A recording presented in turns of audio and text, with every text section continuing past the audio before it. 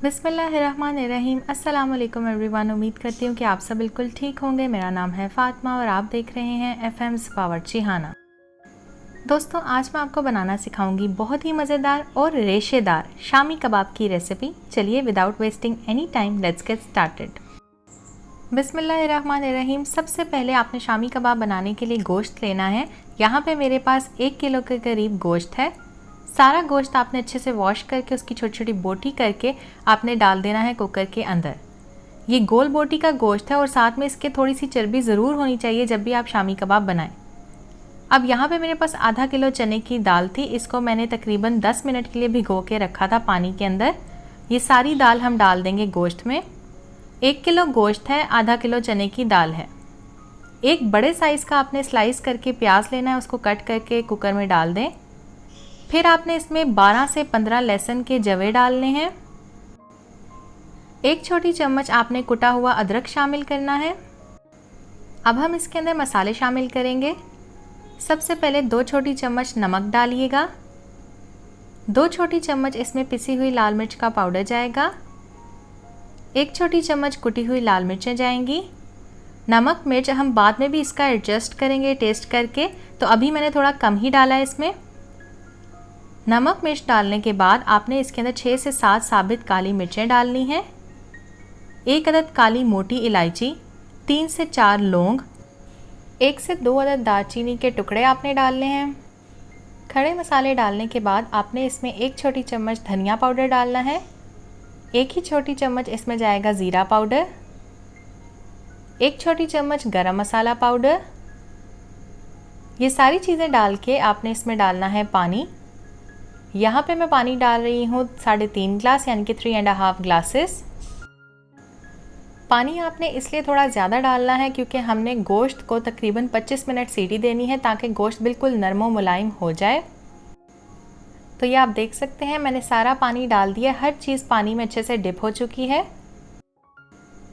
पानी डालने के बाद लास्ट में आपने इसके अंदर शामिल करने हैं कुकिंग ऑयल के 2 बड़े चम्मच, यानी कि तेल डाल के आपने कुकर बंद कर देना है और इसे सीटी दे देनी है तकरीबन 25 मिनट के लिए, ताकि गोश्त दाल अच्छे से गल जाए।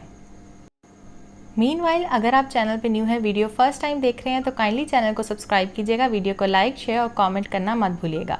तो गोश्त को 25 मिनट सीटी आ चुकी थी। अब इसमें बिल्कुल थोड़ा सा पानी बचा था, तो मैंने नीचे चूल्हा ऑन किया और इसका पानी सारा ड्राई कर लिया, खुश्क कर लिया। आप देख सकते हैं ये बैटर हमारा रेडी है। अब इसे हम ठंडा होने देंगे थोड़ा सा और फिर इसे चॉपर में डाल के हम पीस लेंगे। ये आप देख सकते हैं 6 से 7 हरी मिर्चें मैंने ली हैं और 1 चम्मच अनारदाने का लिया है साबित। चॉपर में डाल के आपने इसको बहुत कम पीसना है, तकरीबन 15 से 20 सेकंड आपने चॉपर चलाना है। अगर आप बहुत ज़्यादा चॉपर चलाएंगे तो बहुत ही बारीक पीस जाएगी बोटियाँ और फिर रेशेदार कबाब आपके नहीं बनेंगे। तो चॉपर को आपने बिल्कुल थोड़ा सा चलाना है। आप चाहे तो कूंडी डंडे की मदद से भी इसे कूट सकते हैं, उससे ये बहुत ही ज़्यादा रेशेदार बनते हैं। अब इस स्टेज पे आपने इसकी नमक और मिर्च चेक कर लेनी है। तो मैं यहाँ पे दोबारा से थोड़ा सा नमक मिर्च डालूंगी। मैंने 1.5 टीस्पून नमक डाला है, 1 छोटी चम्मच लाल मिर्च का पाउडर, 1 छोटी चम्मच कुटी हुई लाल मिर्चें और 1 छोटी चम्मच गरम मसाला पाउडर डाला है। अब इसे हम मिक्स कर लेंगे। इस स्टेज पे नमक मिर्च लाजमी चेक किया कीजिए और अपने टेस्ट के हिसाब से आपने नमक मिर्च डाल लेनी है। तो सारी चीज़ें अच्छे से मिक्स हो चुकी हैं। अब हाथों पे थोड़ा सा पानी लगाएंगे और थोड़ा सा मिक्सचर लेंगे कबाबों का और कबाब की शेप देके इसे हम रखते जाएंगे। आप चाहे तो टिक्की मेकर का भी इस्तेमाल कर सकते हैं, लेकिन जो जायका हाथों से बनाने से आता है वो टिक्की मेकर से नहीं आता, ऐसा मुझे लगता है। तो आप हाथों से बनाएं, वो ज़्यादा बेस्ट रहेगा।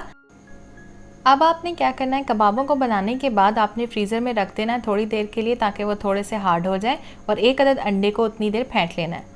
तो कबाब मैंने निकाल लिए थे, जितने भी मैंने फ्राई करने थे ना, उनको मैंने थोड़ी देर के लिए 10 मिनट के लिए फ्रीज़र में रखा और बाकी जो मैंने बना के रखे थे वो भी मैंने रख दिए फ्रीज़र में। अब जो फ्रीज़र में रखे हुए थे ना, उनको मैंने निकाला, उनके ऊपर अंडे को इस तरीके से कोट किया और उनको मैंने फ्राई कर लिया गोल्डन ब्राउन होने तक। आँच आपने ज़्यादा तेज़ नहीं करनी, गोल्डन ब्राउन होने तक आपने इनको फ्राई करना है और इन्हें आपने निकाल लेना है। ज़्यादा टाइम नहीं लगता क्योंकि हर चीज़ कुक हुई होती है, तो थोड़ी देर में ये फ्राई हो जाते हैं।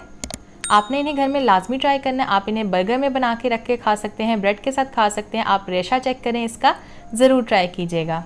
वीडियो अच्छी लगी हो तो इसे लाइक शेयर और कमेंट कीजिएगा, चैनल को सब्सक्राइब कीजिएगा। Thanks for watching, take care, अल्लाह हाफिज़।